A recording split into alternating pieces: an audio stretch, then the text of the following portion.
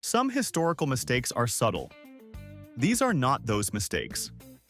These are the loud, catastrophic, what were they thinking? Blunders that echo through America to this day. We've compiled a list of 49 decisions so monumentally bad, they almost feel intentional. From baffling military plans to economic self-sabotage, let's begin the audit of incompetence. 1.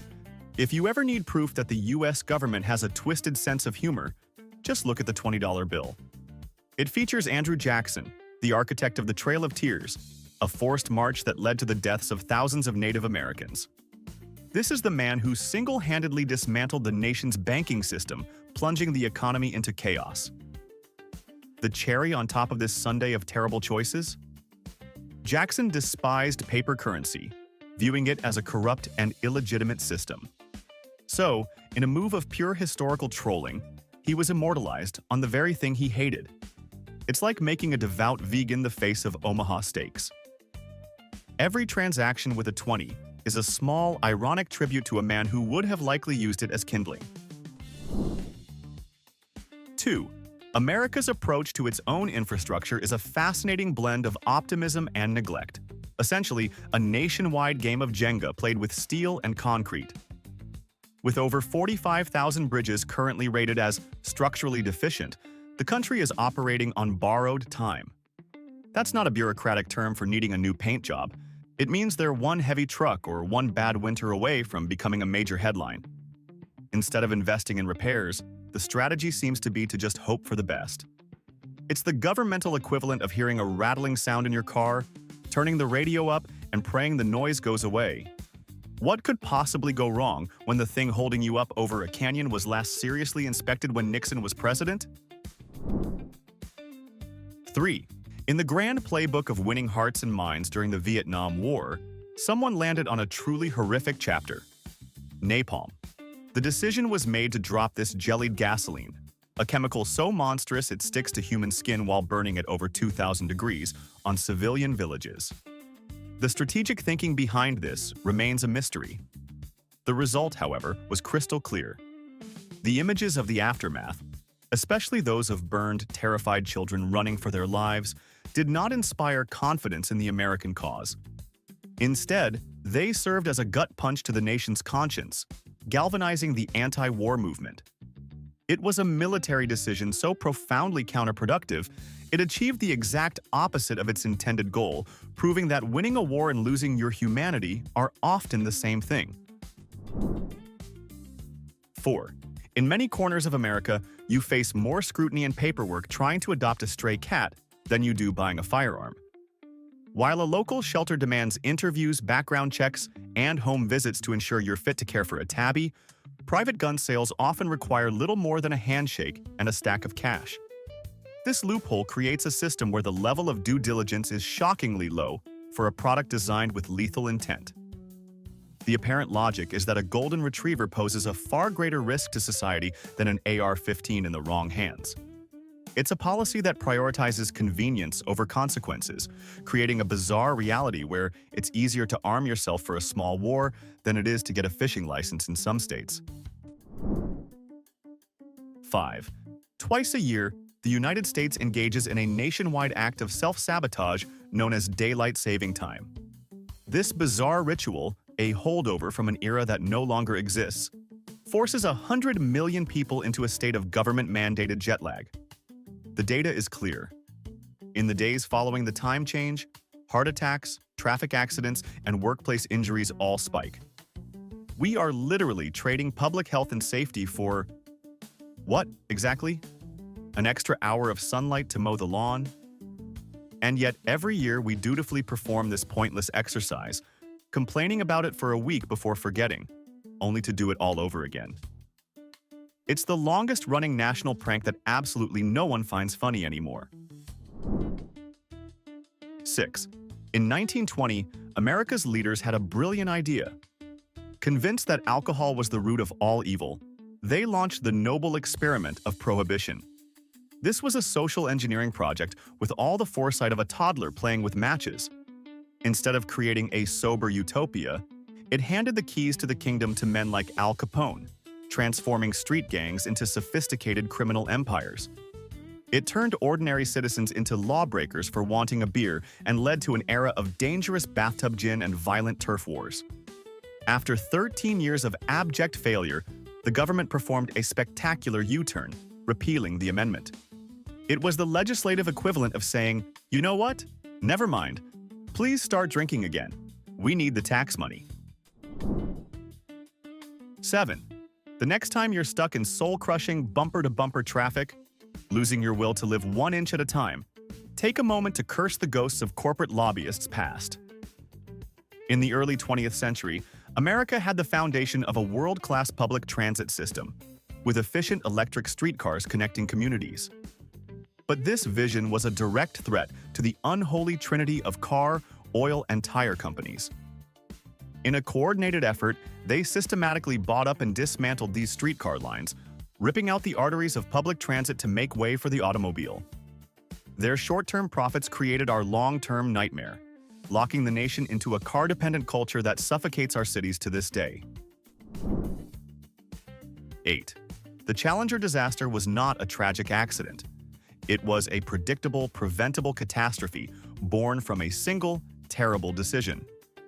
On the brutally cold morning of January 28, 1986, engineers from Morton Thiokol, the contractor for the solid rocket boosters, pleaded with NASA managers to postpone the launch. They presented clear data showing that the rubber O-rings sealing the boosters could fail in the freezing temperatures. But NASA management, facing pressure to avoid further delays, chose to ignore the science.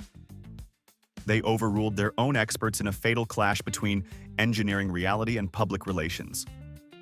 7 astronauts died on live television because people in suits decided a launch schedule was more important than the laws of physics. It remains a chilling monument to the deadly consequences of ignoring inconvenient truths. 9. There was a time, believe it or not, when air travel didn't feel like a punishment for a crime you don't remember committing. This mythical era featured actual legroom, complimentary meals that were more than just a bag of pretzels and a general sense of dignity. Then came the Airline Deregulation Act, which was sold as a way to increase competition and lower fares. What it actually did was unleash a race to the bottom. Airlines realized they could treat passengers like human cargo and charge them for the privilege. Now we live in a world of surprise baggage fees, charges for choosing a seat, and a seat pitch that seems designed by a medieval torturer. Flying has become a masterclass in paying more for less comfort. 10. When the U.S. government approved the Dakota Access Pipeline, it was a textbook case of not listening. On one side, you had Native American tribes from the Standing Rock Reservation, warning that the pipeline threatened their sacred lands and their only water source. On the other side, you had an oil company with a lot of money. You can guess who won. After months of protests that were met with a militarized police response, the pipeline was built. And then, in a plot twist that shocked absolutely no one, it started leaking. The decision wasn't just disrespectful, it was a self-fulfilling prophecy of environmental damage, proving that sometimes the loudest warnings fall on the most intentionally deaf ears. 11. Imagine building the 8th wonder of the world, a marvel of engineering that fundamentally changes global trade and gives you immense geopolitical power. Now imagine, after holding on to it for the better part of a century, you just give it away. That's essentially what the US did with the Panama Canal. After decades of effort and expense to build and maintain it, the US handed control back to Panama in 1999. The result? China has since invested billions, gaining massive influence over this critical shipping lane. The US went from being the landlord of the world's most important shortcut to a spectator watching its rival move in next door. It was a strategic facepalm of epic proportions. 12. In the grand casino of American capitalism, corporations have figured out how to place a bet on human survival itself. In several US communities, the decision was made to allow private corporations to buy and control the public water supply. This turned the most essential substance for life, something that literally falls from the sky, into a for-profit commodity. Suddenly, a basic human right comes with a monthly bill, price hikes, and a customer service department. When a corporation has a monopoly on the one thing people will die without, the potential for exploitation isn't just a risk. It's the entire business model. It's a dystopian concept that has quietly become a reality. 13. That high school civics class you took probably painted a quaint picture of how a bill becomes a law. Well, you can throw that textbook in the trash. In modern Washington, the process is far more efficient. Instead of lawmakers doing all that tedious research and writing, corporate lobbyists just do it for them. Big pharma, Wall Street banks, and oil giants have armies of lawyers who draft legislation, hand-deliver the pre-written text to friendly politicians, and watch as it gets rubber-stamped into law. It's less of a democracy and more of a ghostwriting service for the highest bidder. It's not a bug in the system. It's the system's primary feature, pay-to-play spam. 14. The 2008 financial crisis was the spectacular, inevitable implosion of a system built on pure greed. The nation's biggest banks spent years handing out ridiculously risky mortgages, bundling them up into complex financial products and selling them as rock-solid investments. It was a house of cards built over a bonfire. When it all came crashing down, millions of ordinary people lost their homes and savings. But the architects of the disaster? They were deemed too big to fail and received the largest taxpayer-funded bailout in history. It was the equivalent of an arsonist burning down the town and then getting a government grant to rebuild his mansion first. 15. The United States, the country that invented the internet, somehow manages to have some of the slowest and most expensive service in the developed world. This isn't an accident, it's a decision. The government has allowed a handful of telecom giants to carve up the country into regional monopolies, creating a system of digital feudalism. With no real competition, these companies are free to charge a king's ransom for speeds that would be considered mediocre in Romania or South Korea. Americans pay premium prices for a product that is deliberately kept subpar, all while the companies that provide it laugh all the way to the bank. It's the American dream for telecom CEOs. 16. In 1857, the U.S. Supreme Court delivered the Dred Scott decision, a ruling so morally and legally bankrupt that it stands as one of the darkest moments in American jurisprudence. The court declared that black people, whether enslaved or free, were not citizens and therefore had no rights which the white man was bound to respect. It effectively legalized racism at the highest level, invalidated the Missouri Compromise, and poured gasoline on the already raging fire of sectional tensions. This wasn't just a bad legal interpretation. It was a judicial green light for dehumanization that made the Civil War all but inevitable. It was the moment the highest court in the land chose to shatter the nation's founding ideals. 17. In the beginning, it seemed so innocent. Social media was just a novel way to reconnect with old high school friends and share baby pictures. But the US government took a completely hands-off approach, allowing a few tech companies to grow into unregulated data-hoarding behemoths with more power than most nations. The decision to let them operate without meaningful oversight created a world where our personal data is the product. Misinformation spreads like a virus, and foreign powers can manipulate public opinion to influence elections. We wanted a digital town square. What we got was a psychological experiment run by algorithm gods we can't control. 18. America seems to have a national policy of building its most expensive real estate in places Mother Nature is actively trying to erase from the map. We build sprawling cities in Florida, a state that serves as a welcome mat for hurricanes. We pack neighborhoods into the canyons of California, which are essentially pre-filled tinderboxes awaiting a spark. We dot the Midwest with towns right in the middle of Tornado Alley. And every time the inevitable disaster strikes, the response is the same: shock, followed by billions in federal bailout money to rebuild in the exact same spot. It's a recurring national drama of pretending to be surprised when the same thing happens over and over again. 19. The Roaring '20s were a decade-long party fueled by reckless speculation and a stock market with all the regulations of a back-alley casino. With no oversight, Wall Street became a playground for the rich to gamble with the nation's economic future. The government's decision was simply to let it all happen, believing the party would never end. Then, in 1929, the party didn't just end. The entire venue exploded, triggering the Great Depression. The most baffling part of this story is how it keeps repeating. Every few decades, Wall Street inflates another bubble. Everyone acts shocked when it bursts, and the lessons of the past are ignored all over again. The US has the memory of a historical goldfish when it comes to financial crashes.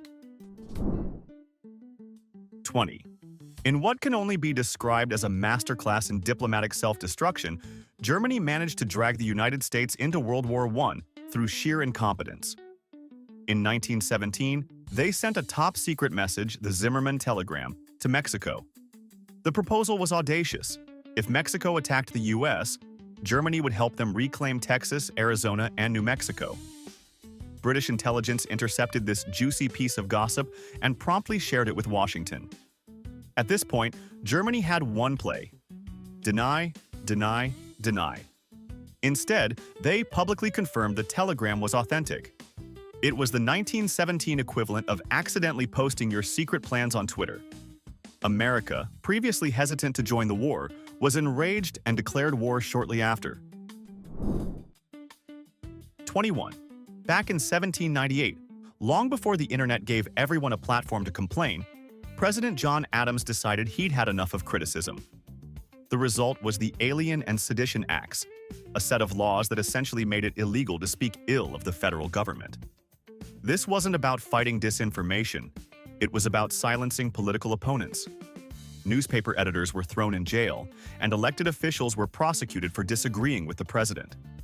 It was a direct assault on the First Amendment by the very generation that wrote it. If these laws were in effect today, the entire internet would be a federal prison, and your grumpy uncle would be serving a life sentence for his Facebook rants. 22. The Vietnam War stands as a colossal monument to misplaced intentions and stubborn pride. For decades, the US poured money, resources, and eventually human lives into a conflict built on a house of cards. The goal was to prop up a non-communist South Vietnam, but the government there was a corrupt, unpopular regime that few of its own citizens were willing to fight for. Despite countless warnings from intelligence experts that the war was unwinnable, America's leaders doubled down year after year. The result? Over 58,000 American deaths, millions of Vietnamese casualties, and a humiliating withdrawal that ended with the country uniting under the very communist government the US fought to prevent. 23. When the stock market crashed in 1929, plunging the nation into the Great Depression, the government's official response was to do almost nothing. The prevailing wisdom under President Hoover was that the economy was like a sick patient that would eventually heal itself. So while banks failed by the thousands, unemployment skyrocketed to 25%, and families lost everything they had, the government largely sat on its hands and offered optimistic speeches. This let-it-burn strategy didn't fix anything. It deepened the crisis into a decade-long national trauma that was only truly broken by the industrial mobilization for a Second World War. 24. During the darkest days of the Great Depression, the U.S. Congress came up with an idea they thought was brilliant: the Hawley-Smoot tariff. The logic was simple. If we make foreign goods super expensive, Americans will have to buy American products. What these economic geniuses failed to consider is that other countries can play the same game. In response, nations around the world slapped retaliatory tariffs on U.S. goods, causing international trade to grind to a halt. This act of economic self-immolation didn't lift the American economy. It strangled it, deepening the Depression and contributing to a global economic collapse. It was like trying to put out a fire by dousing it with gasoline. 25. For a significant portion of the 20th century, the U.S. government engaged in a quiet, horrifying practice rooted in the pseudoscience of eugenics. Under state and federal programs, tens of thousands of Americans were forcibly sterilized. The targets were overwhelmingly poor people, minorities, immigrants, and the disabled. Individuals deemed unfit to have children by a government that decided it had the right to control the nation's gene pool. This wasn't the action of some rogue state. It was official U.S. policy upheld by a Supreme Court decision that continued in some states into the 1970s. It was a chilling abuse of power, deciding who gets to be a parent and who doesn't. 26. The attack on Pearl Harbor is often portrayed as a shocking surprise, but it was a surprise that came with a lot of ignored RSVPs. In the months and weeks leading up to December 7, 1941, U.S. intelligence had intercepted numerous Japanese communications indicating a major military action was imminent. They had cracked Japanese codes and knew an attack was coming somewhere in the Pacific. Yet, due to a combination of bureaucratic inertia, underestimation of the enemy, and a failure to connect the dots, these warnings were largely dismissed. It was the geopolitical equivalent of watching a movie villain build a giant laser on your front lawn and assuming he's just getting into amateur astronomy. 27. The Bay of Pigs invasion. In 1961, the CIA came up with a supposedly brilliant plan: train a small group of Cuban exiles to invade Cuba and overthrow Fidel Castro. The agency assured President Kennedy it was a can't-miss operation. What actually happened was a complete and utter fiasco. The invasion force was pinned down on the beach and crushed within 3 days. It was a poorly planned, poorly executed disaster that made the United States look both aggressive and incompetent on the world stage. It not only strengthened Castro's regime, but also pushed him directly into the arms of the Soviet Union, setting the stage for the Cuban Missile Crisis a year later. 28. The Flint water crisis was a slow-motion disaster born from a desire to save a little money. In 2014, state-appointed officials decided to switch the city of Flint's water source from the treated water of Detroit to the notoriously corrosive Flint River. They failed to add anti-corrosion agents, a fix that would have cost about $100 a day. As a result, the toxic water ate away at the city's aging lead pipes, poisoning the water flowing into thousands of homes. For over a year, residents complained about the foul-smelling, discolored water, while government officials insisted it was safe. Thousands of children were exposed to irreversible lead poisoning, all because a handful of bureaucrats wanted to trim a budget. 29. Launching the war on drugs. In 1971, President Nixon declared a war on drugs, launching what would become a multi-decade, trillion-dollar failure. The goal was to create a drug-free America. The result was the mass incarceration of millions of people, disproportionately affecting minority communities, while doing virtually nothing to curb drug use or addiction. This policy militarized the police, eroded civil liberties, and turned a public health issue into a criminal one. After 50 years of this war, drugs are cheaper, more potent, and more widely available than ever before. It's one of the most expensive and destructive policy failures in modern American history. 30. The decision to establish a major city in a swampy bowl below sea level, right next to an ocean known for its hurricanes, is a testament to human optimism bordering on insanity. The very geography of New Orleans is a dare to Mother Nature. The city's existence depends entirely on a complex and fragile system of levees and pumps, a technological gamble against the laws of physics. For centuries, that gamble mostly paid off. But when Hurricane Katrina arrived, the fundamental flaw in the city's design was brutally exposed. Building a metropolis in a natural basin was a catastrophic decision from day one, ensuring that it's not a question of if disaster will strike, but when it will happen again. 31. The United States has perfected the art of turning war into a business opportunity. When the country goes to war, a legion of private contractors follows, making billions of dollars from the conflict. These companies charge the government prices that would make a loan shark blush, like hundreds of dollars for a simple hammer or thousands for a toilet seat. They handle everything from security to logistics to laundry, all at a premium. This system creates a bizarre and disturbing incentive. The longer a war drags on, the more profit there is to be made. In this model, peace isn't just an outcome, it's a threat to the bottom line, blurring the line between national security and a corporate balance sheet. 32. the Trail of Tears wasn't a bad decision in the same way a bad business deal is. It was a state-sanctioned death march. In the 1830s, under the Indian Removal Act, the U.S. government forcibly evicted the Cherokee, Choctaw, and other Native American nations from their ancestral lands in the Southeast. They were forced to march over 1,000 miles to so-called Indian Territory in the West. During this brutal journey, more than 4,000 men, women, and children died from disease, starvation, and exposure. This was a calculated policy of ethnic cleansing, driven by greed for land, and it remains one of the most shameful and inhumane acts in the nation's history. 33.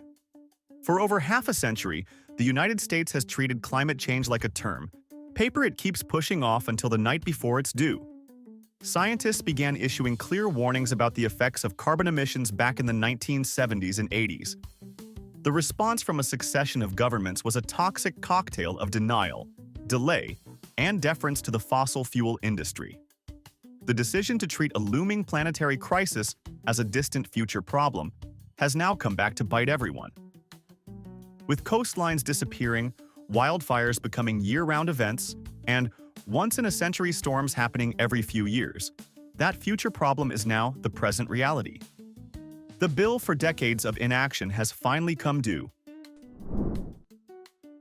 34. By the 1950s, the scientific link between smoking and lung cancer was becoming undeniable. The government had a choice: act decisively to protect public health or listen to the industry getting rich off the addiction. It chose the latter. For decades, tobacco companies were allowed to run a massive disinformation campaign, paying their own scientists and even doctors to create doubt about the dangers of their product. Meanwhile, politicians, flush with tobacco lobby money, looked the other way. The decision to not act sooner resulted in millions of preventable deaths. And even today, after all the lawsuits and public health campaigns, cigarettes are still legally sold in every gas station and corner store in the country. 35. In one of the most chillingly logical applications of cultural destruction, the U.S. government established the Native American boarding school system. The official motto was, "Kill the Indian, save the man," which is exactly as horrifying as it sounds. For decades, Native children were forcibly taken from their families and sent to these institutions. There, they were forbidden from speaking their own languages, practicing their own religions, and were forced to adopt Anglo-American customs. Any resistance was met with brutal physical and psychological abuse. It wasn't just a bad decision. It was a calculated, systematic attempt to erase entire cultures from existence, disguised as education and assimilation. It was cultural genocide with a school bell. 36. In the 1980s, America decided to solve its mental health crisis with a policy that was both simple and catastrophic. It shut down most of its large psychiatric hospitals. The plan, sold with a straight face, was to replace them with a robust network of community-based care centers. The only problem? Those centers were never adequately funded or built. So tens of thousands of vulnerable people suffering from severe mental illness were effectively kicked to the curb. They didn't find community care. They found homelessness, addiction, and prison, which became the new de facto asylums. It was a decision that traded one set of problems for a far more cruel and visible societal failure. 37. The Iran-Contra affair was a geopolitical soap opera so convoluted, it's amazing it actually happened. In the mid-1980s, the Reagan administration had a public policy of not negotiating with terrorists and treating Iran as a hostile state. Secretly, however, they were selling advanced anti-tank and anti-aircraft missiles to that very same country. But wait, it gets better. They then took the profits from these illegal arms sales and used the money to secretly fund the Contras, a right-wing rebel group trying to overthrow the government in Nicaragua, an action Congress had explicitly forbidden. Selling weapons to your enemy to illegally fund a proxy war. It was a scandal that combined hypocrisy, criminality, and breathtaking arrogance. 38. The massacre at Wounded Knee in 1890 was not a battle. It was a slaughter. U.S. soldiers surrounded a camp of Lakota men, women, and children, and proceeded to gun down over 250 of them, most of whom were unarmed. It was a brutal punctuation mark on centuries of conflict. But the worst decision came after the killing stopped. In a move of supreme moral depravity, the U.S. Army awarded 20 Medals of Honor, the nation's highest military award, to the soldiers who participated in the massacre. Giving out medals for gunning down defenseless families is not just a bad look, it's a chilling insight into the official mindset of the time, treating a war crime as an act of valor. 39.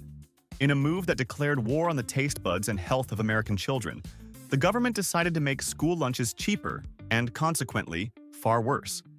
To save a few pennies per meal, funding was slashed, forcing schools to rely on highly processed, low-quality ingredients. This ushered in the golden age of the square pizza that tasted like cardboard, the vaguely meat-like substance of unknown origin, and the limp, sad-looking vegetables.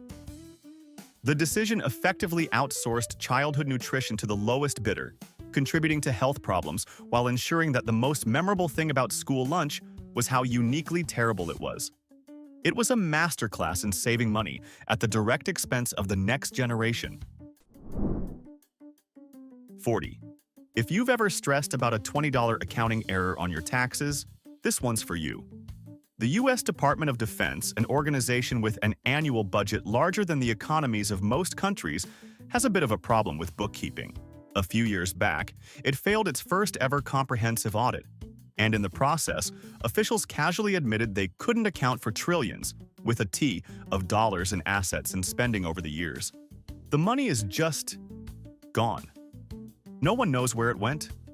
The response to this monumental black hole of taxpayer money? A collective shrug. Imagine telling the IRS you lost track of your income and see how well that goes over. 41. After liberating the Philippines from Spain in 1898, the United States was faced with a choice: grant the island nation its independence or step into the role of its new colonial master. It chose the latter. Declaring the Filipino people unfit to govern themselves, the U.S. annexed the country, triggering the brutal Philippine-American War. The conflict resulted in the deaths of over 200,000 Filipino civilians and 4,200 American soldiers.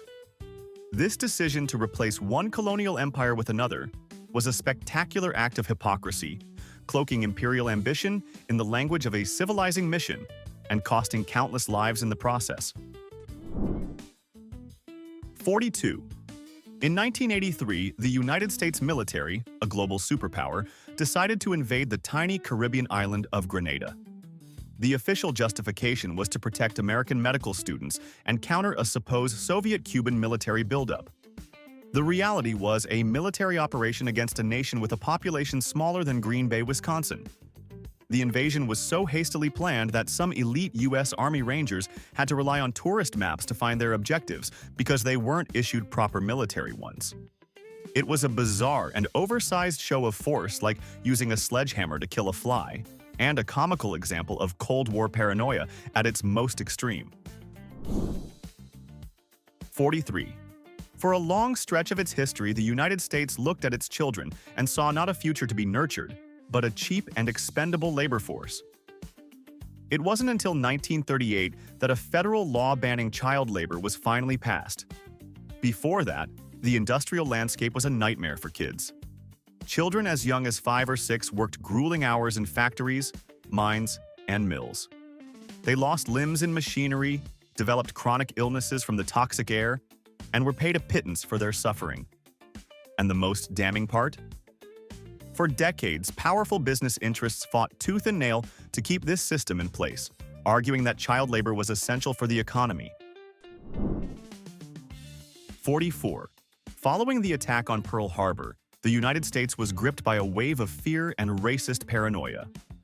The government's response was one of the most shameful decisions in its history: the mass incarceration of Japanese Americans. With Executive Order 9066, over 120,000 people of Japanese descent, the vast majority of whom were American citizens, were forcibly removed from their homes and imprisoned in internment camps. They were not charged with any crime. Their only offense was their ancestry. They lost their homes, their businesses, and their freedom. Decades later, the government officially apologized and admitted the decision was based on race prejudice, war hysteria, and a failure of political leadership. 45. In much of the developed world, higher education is considered a public good, heavily subsidized or even free. The United States, however, chose a different path. It decided to turn college into a debt trap.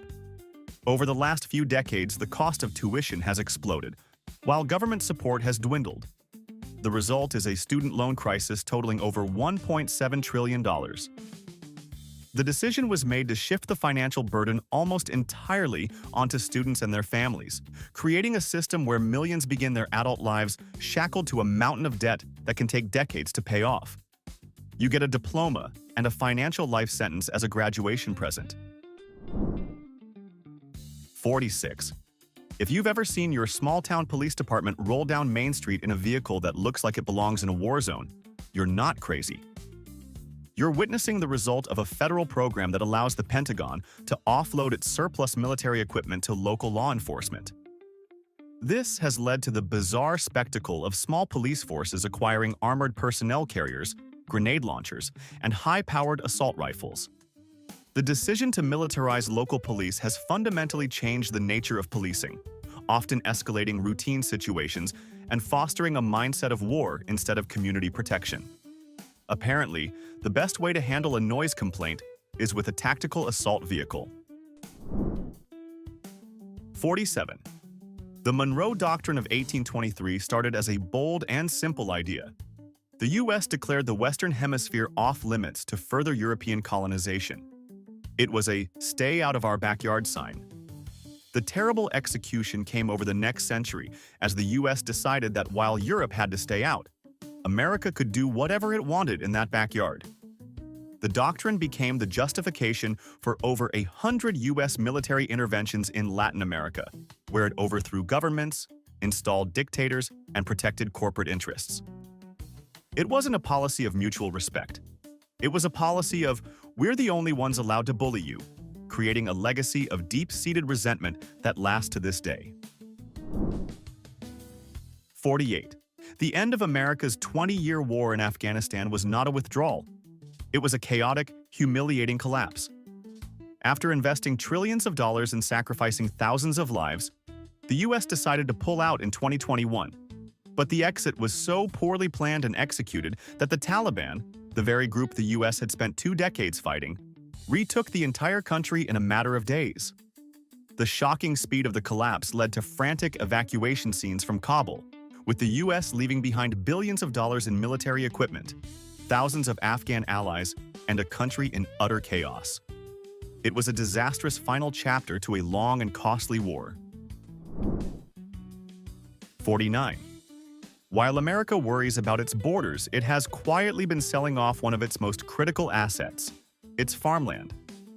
Over the last several years, millions of acres of U.S. agricultural land have been purchased by foreign investors and foreign governments, including China. This means that a growing portion of the land that produces America's food supply is controlled by outside interests. The decision to allow this has been a slow, piecemeal process with little federal oversight. In an uncertain world, allowing a strategic rival to own the ground your food grows on seems like a decision that falls somewhere between short-sighted and insane. It's a national security risk being sold off 1 acre at a time. So there are 49 chapters in the ever-growing encyclopedia of American blunders. But we both know this list is far from complete. It's nearly impossible to cap this level of historical incompetence at just 49. So, the real question is, what's the one unforgivable blunder we missed? Go to the comments and tell us what deserves the 50th spot in this Hall of Shame. While you're adding to the mountain of evidence, show some good judgment by hitting that subscribe button and liking the video.